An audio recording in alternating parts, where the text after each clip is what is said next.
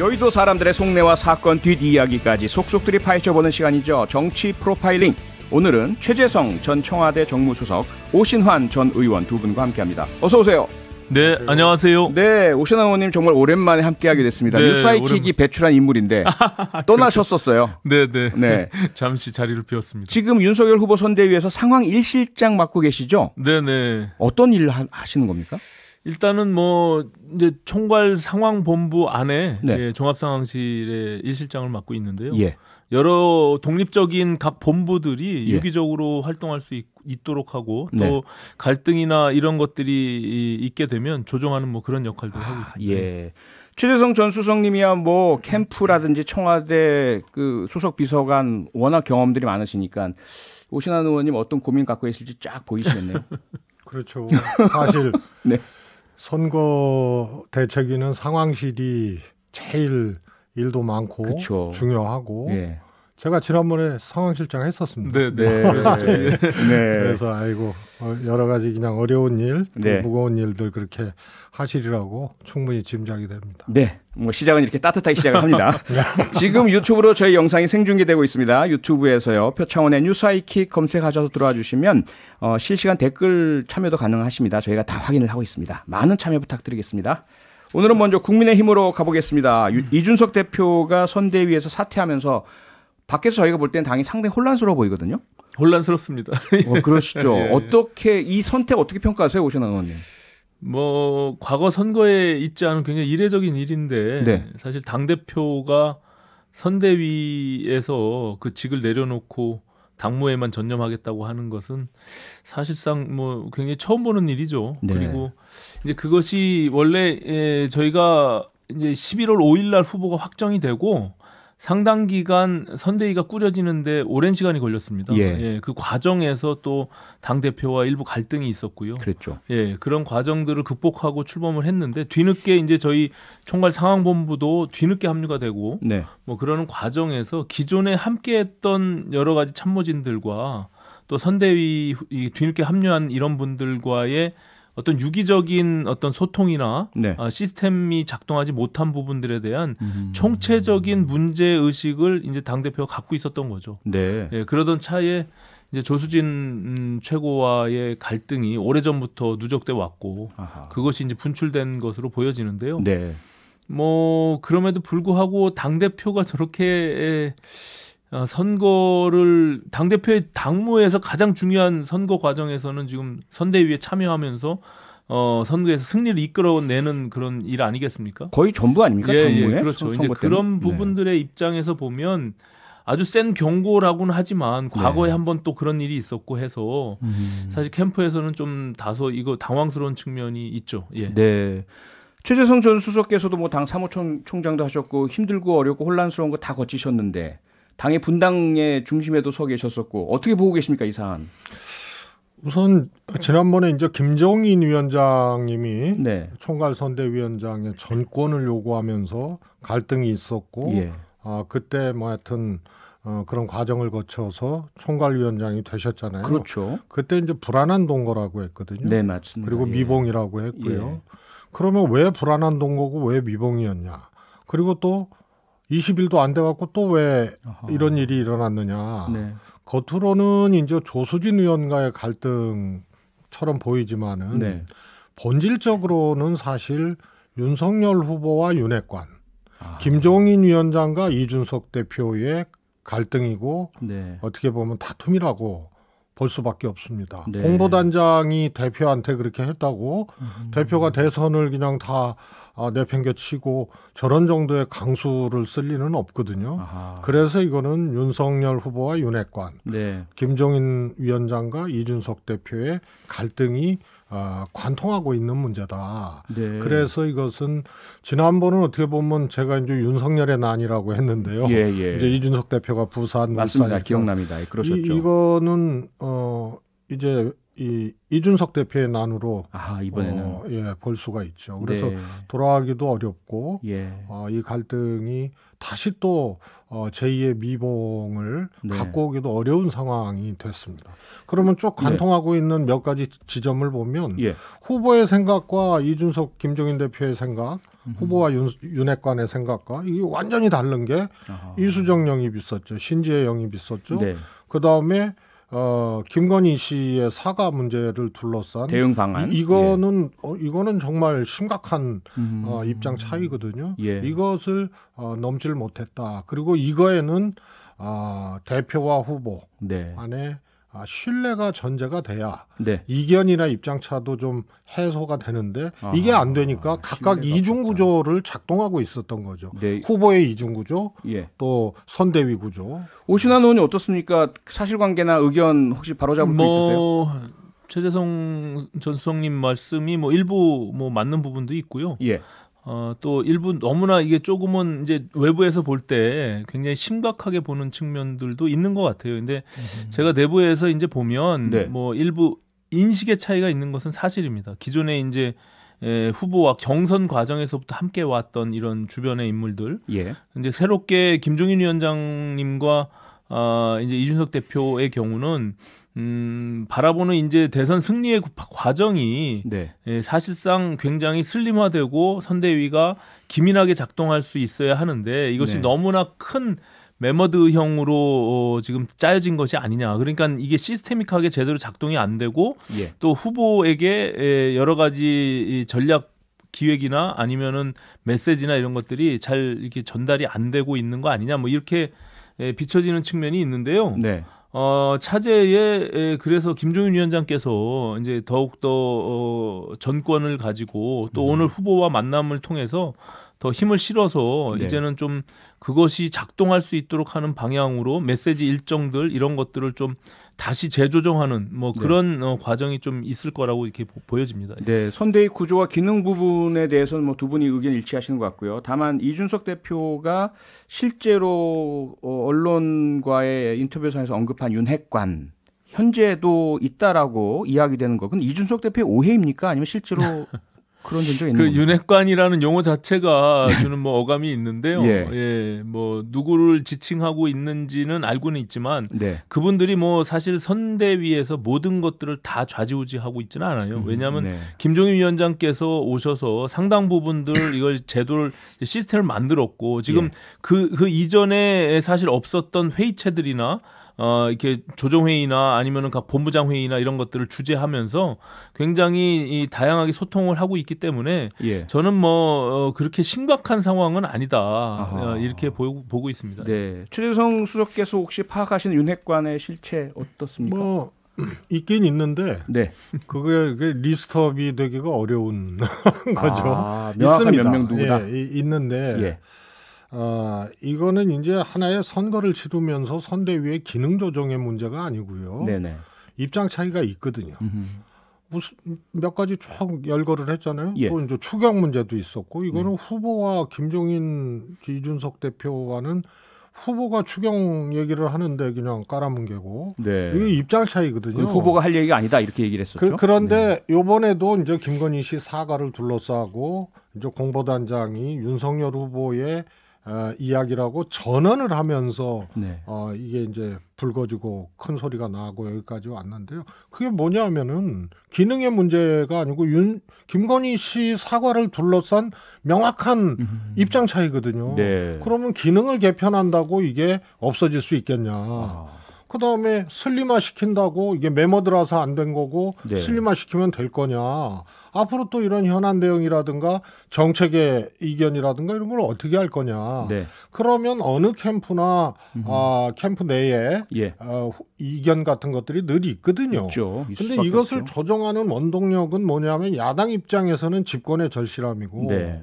집권도 하기 전에 밥그릇 싸움하냐 이런 걸로 국민들이 비춰지게 되면 실패하는 거거든요. 네네. 그래서 예를 들어서 지금 선대위가 왜 중요하냐면 예. 이 선대위를 운영하는 모습을 보면서 국민들이 국정 운영을 어떻게 할 건지를 또 미리 내다보는 거거든요. 예. 그래서 이 문제는 기능의 문제가 아니고 네. 결국은 후보와 김종인 위원장, 이준석 대표의 신뢰가 없는 상태에서 입장 차이를 아하. 어떻게 해소하면서 선거를 치를 것이냐의 문제이기 때문에요. 네. 저는 슬림화시켜도 이중 구조는 반드시 갖고 간다고 봅니다. 다시 네. 말해서 윤핵관은 없어지지 않는다. 아하.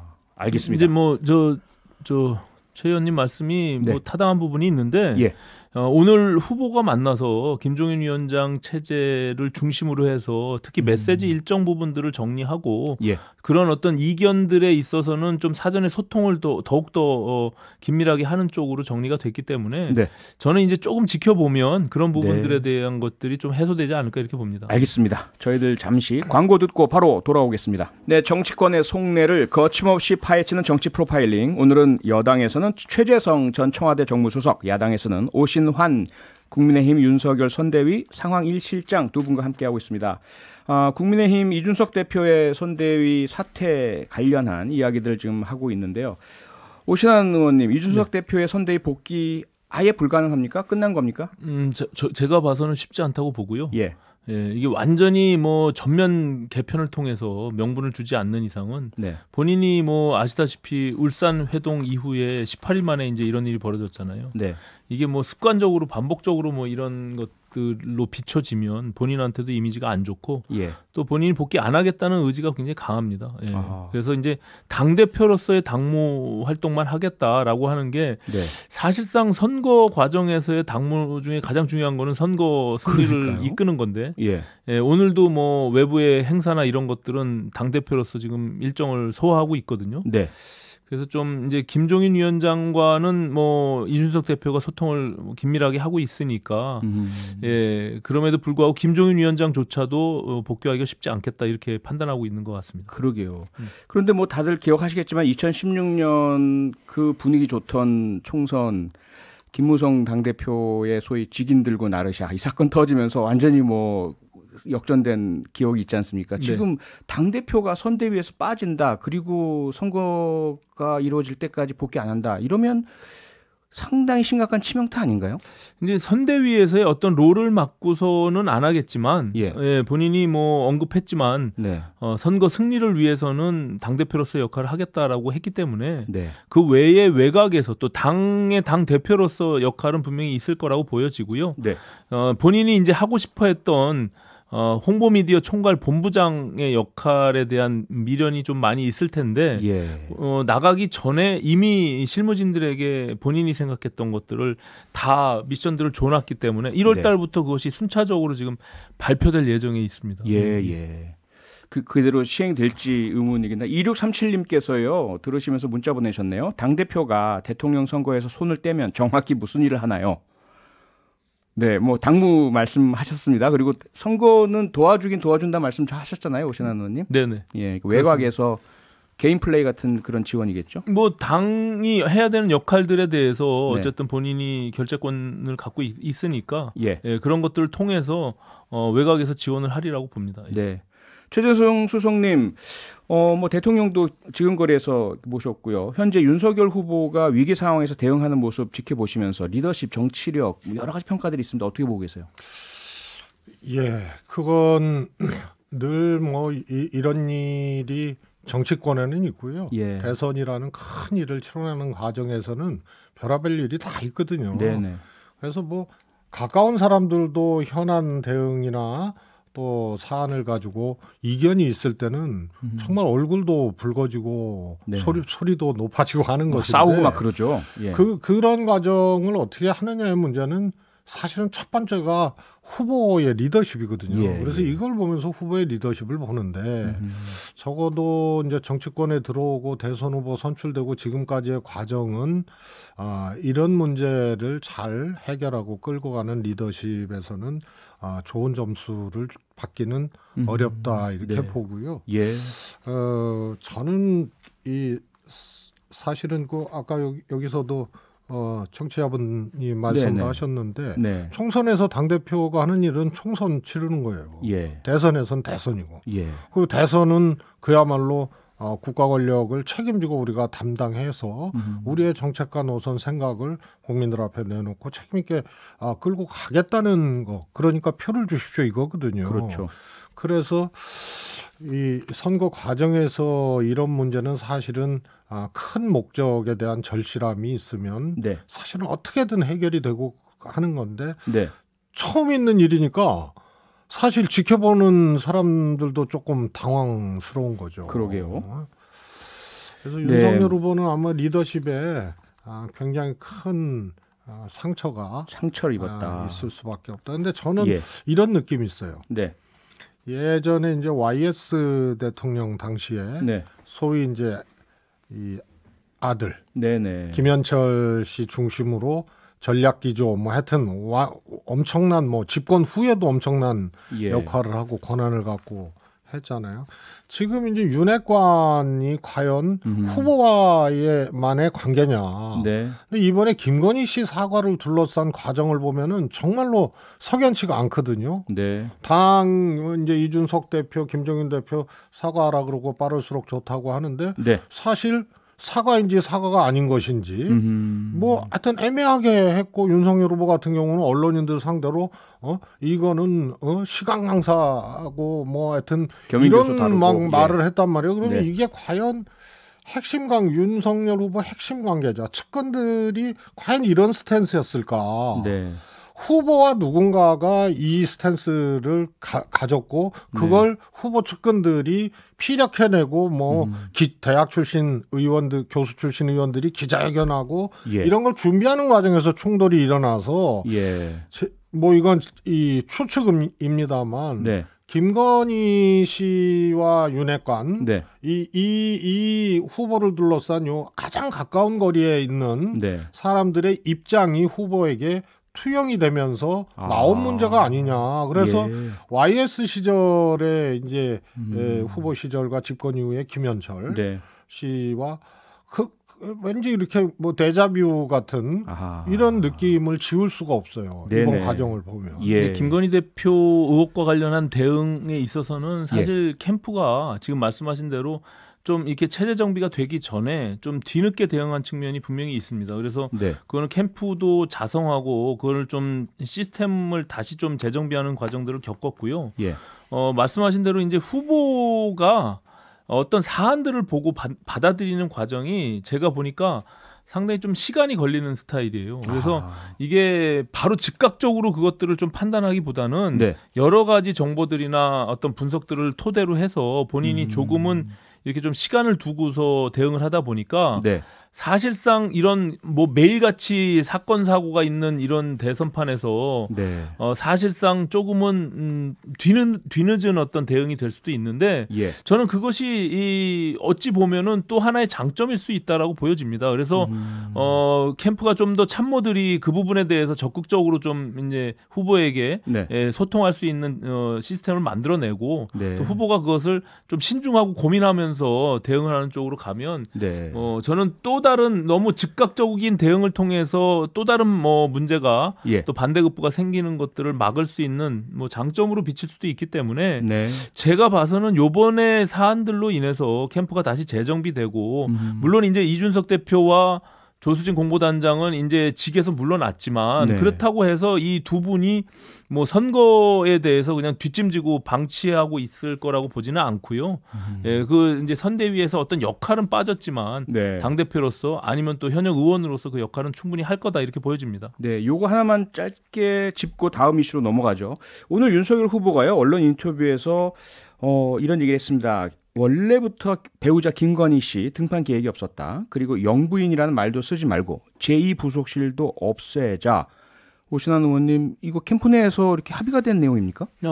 이제 후보 본인이 갖고 있는 평소의 생각들이 투영이 된 것이고요. 네. 그리고 이제 김건희 대표의 경우는 이제 일윤석열 후보가 과거 이제 검찰 시절에도 그랬고 예. 본인의 전문직으로서의 사업가로서의 일들을 삶을 그렇게 살아오지 않았습니까? 예. 그래서 이제 서로 각자를 존중하는 그런 어떤 관계 속에서 이게 갑작스러운 이제 본인의 출마로 인해서 김건희 대표는 또 그렇다고 해서 본인의 삶을 포기할 생각이 없는 것으로 비춰지고 있기 때문에 예. 제가 봐서는 뭐 그런 여러 가지 생각들이 결과적으로 지금 본인이 그동안 청와대가 가지고 있었던 이 대통령 중심제에 대한 폐단, 또 청와대가 각 부처의 장관들과 일을 못하게 가로막는 어떤 장벽들, 네. 이런 것들에 대한 깊은 고민 속에서 어찌 보면 청와대 개혁에 대한 아젠다를 내놓으면서 거기에 네. 지금의 이제 김건희 이 여사의 어떤 논란들도 한 축으로 해서 제2부속실을 폐지하고 또 청와대는 굉장히 슬림화하면서 내각과 함께 일을 하겠다라고 하는 어떤 본인의 생각들을 발표한 것으로 이렇게 받아들여지고 있습니다. 네, 최재성 수석님 짧게 청와대 계셨으니까 너무 누구보다 잘 아시겠지만 그래도 짧게 언급하시고 다음으로 넘어가죠. 이거는요. 네. 진짜 우주가 윤석열, 김건희 씨 중심으로 돌아가는 거거든요. 네. 예를 들어서 자신의 입장도 소급해서 애당초 김건희 씨 등판 계획이 없었다고 바꿔버리고 말이야. 아하. 그리고 지구상의 모든 나라들이 다 대통령이 있으면은 퍼스트레이디라고 하는 부인의 또 외교가 있고 역할이 있는 거거든요. 네. 괜히 그거 주목하고 바라보고 하는 게 아니란 말입니다. 예. 근데 영부인이라는 말도 그냥 없앴으면 좋겠다. 그리고 이 부속실도 없앴으면 좋겠다. 네. 소위 말해서 청와대 시스템, 그다음에 과거의 기억에 대한 부정, 네. 그다음에 무슨 나라들이 다 결혼한 사람들은 다 배우자 외교가 있는데 아예 이런 말도 없었으면 좋겠다고 하는 거는 네. 뭐 만물을 창조하는 것도 아니고 아하. 저는 이거는 굉장한 실수라고 봐요. 네. 네? 굉장한 그래서 실수다. 뭐 잡다가 초가상간 태우는다는 얘기를 알겠습니다. 제가 했었는데 그 네. 결과가 이런 워딩으로 나오지 않았나 싶습니다. 알겠습니다. 예, 이번에는 현재의 청와대로 가보겠습니다. 오신환 의원님, 뭐 뉴스 보시고 그 사안 파악하셨을 텐데 현재 민정수석 김진국 수석의 아들이 입사지원서에 아버지를 언급하면서 지금 상당히 논란이 일었고 이제 사퇴 급기야하게 됐습니다. 어떻게 보셨습니까? 뭐 개인의 일탈로 보기에는 굉장히 좀 사안이 심각한 사안이라고 보여지고요. 네. 왜냐하면 이것이 민정수석이 최근에 이제 이 김진국 수석뿐만이 아니라 공교롭게도 2개월, 4개월, 9개월 뭐 이렇게 짧은 기간 동안 5명의 민정수석이 교체되면서 모두가 이런 어떤 논란 속에서 그만두게 됐거든요. 그렇기 네. 때문에 특히 이제 지금 청년층이 갖고 있는 공정의 이슈, 그리고 이 문재인 정부가 많은 국민들이 외면하게 된 계기가 조국의 이제 공정 문제 아니겠습니까? 그래서 그런 것과 연관되는 것을 발빠르게 조금은 뭐 이렇게 하루 만에 이것들을 정리하기 위한 의도가 있었다라고 보여지고요. 예. 지금의 청년들의 경우는 소위 이 아파찬스라고 하는 더군다나 그 짧은 한 줄로 쓰여져 있던 그 굉장히 충격적인 말들의 이력서를 네. 낸 것을 보고 청년들이 또 다른 상실감과 분노를 느낄 수밖에 없는 뭐 그래서 이것을 아주 빠르게 이것을 정리한 것이 아닌가 저는 이렇게 보여집니다. 예. 네. 최재성 수석님 어떻게 보셨습니까? 그 선출직 공직자도 그렇고요. 또 청와대에서 수석이라는 아주 막중한 일을 하는 공인으로서 네. 과정과 내용이 어떻든 간에 책임을 지고 사퇴할 수밖에 없었던 것은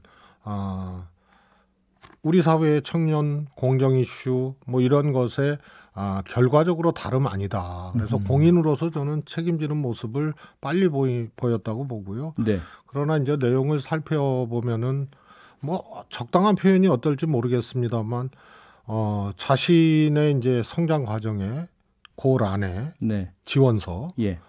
저희 아버지가 청와대 민정수석입니다. 네. 그 다음에 학창 시절에 대한 이제 이 기술을 해야 되는 안에 예. 저희 아버지 민정수석께 잘 말씀드려서 기업의 꿈을 이루게 하겠습니다. 뭔가 아빠 찬스를 쓴다기보다는 뭔가 이 상식적이지 않은 취업 지원서거든요. 네. 그래서 뭐 김진국 수석의 형님이 어젯밤 늦게 네. 글을 올렸습니다만 15년째 그런 일종의 이제 조현병이라고 네. 하더만요. 그 그래서 병명은 이제 밝히지 말자고 정신과 의사분들이 말씀하시고 했는데 계시죠? 그래서 예, 김진국 수석 예. 이미 뭐 이 얘기가 됐는데 김진국 수석도 아들의 불안과 강박 때문에 빚어진 일이나 내 잘못이다 책임지겠다 이랬거든요. 그래서 병명을 얘기할 수 없었던 그런 또 속사정까지 감안하면 매우 고통스러운 결단이다. 그러나 이것을 아빠 찬스로 얘기하기에는 이 아드님의 이제 소위 말해서 상태나 또 이제 치료 이력이나 15년이었거든요. 그래서 그런 것을 비춰봤을 때는 책임은 졌대. 사안은 조금 이 정상적인 감안을 해야 할 아니었다. 그런 내용이 있다 이런 말씀이시죠? 안타깝습니다. 오신환 의원님 그런 가운데 박범계 법무부 장관이 SNS에 김 수석은 투명하다는 확신이 있다 이런 글을 써서 또 논란 또 비판이 일고 있습니다. 어떻게 보십니까? 이제 그 부분은 이제 김진국 수석과 이제 박범계 장관과의 어떤 사적인 어떤 관계 속에서의 신뢰겠죠. 그것은 제가 봐서는 적절치 않고요. 어쨌든 지금 청와대 수석과 법무부 장관으로서의 어떤 직위를 가지고 있잖아요. 그런 과정에서 지금의 사안들이 국민들의 눈높이와 전혀 맞지 않는 먼저 판단하면서 그것을 재단하게 되는 그런 꼴을 빚게 된 건데요. 뭐 여권의 내부에서도조차도 이런 비판의 목소리가 있는 것을 봐서는 제가 봐서는 국민들 정서에 오히려 기름을 붓는 전혀 옳지 않은 행동이었다 이렇게 보여집니다. 최혜성 수석님 조금 전에 오신환 의원께서 청와대 민정수석이 2개월, 3개월, 5명이 막 번갈아 바뀌는 인사 참사였다 이런 말씀 주셨는데 여기 대해서 어떻게 생각하십니까? 사실 민정수석이라는 직무가 굉장히 예민하고 또 아주 강도 높은 직무거든요. 그렇죠. 그래서 그동안 이제 민정수석이 교체되는 과정을 보면 우선 조국 수석의 경우에는 이제 굉장히 했죠. 장기적으로 근무를 하면서 이제 장관으로 가셨다가 소위 말해서 그런 일이 있었고요. 그 다음에 이제 김종호 수석 같은 경우에는 이제 좀 본인도 원했고 경질을 할 수밖에 없는 당시에 이제 상황이 있어서 나간 거고. 저희가 시간이 거의 다 돼서요. 간단한 의견만 좀 말씀해 주시면 감사하겠습니다. 정리를 해야 될 것 같습니다. 그래서 민정수석 순환사라고 보기는 어렵고요. 또 풀 자체가 좀 적습니다. 왜냐하면 검사 출신들은 민정수석하면 안 된다는 기준이 있기 때문에 그런 점도 좀 감안해야 되겠고요. 알겠습니다. 그럼 그 정도로 일단 마무리를 줘야 될 것 같습니다. 정치 프로파일링 오늘은 여기서 마무리하겠습니다. 지금까지 최재성 전 정무수석, 오신환 전 의원 두 분과 함께했습니다. 두 분 고맙습니다. 고맙습니다. 평일 저녁 6시 5분에 여러분을 찾아갑니다. MBC 라디오 표창원의 뉴스 하이킥.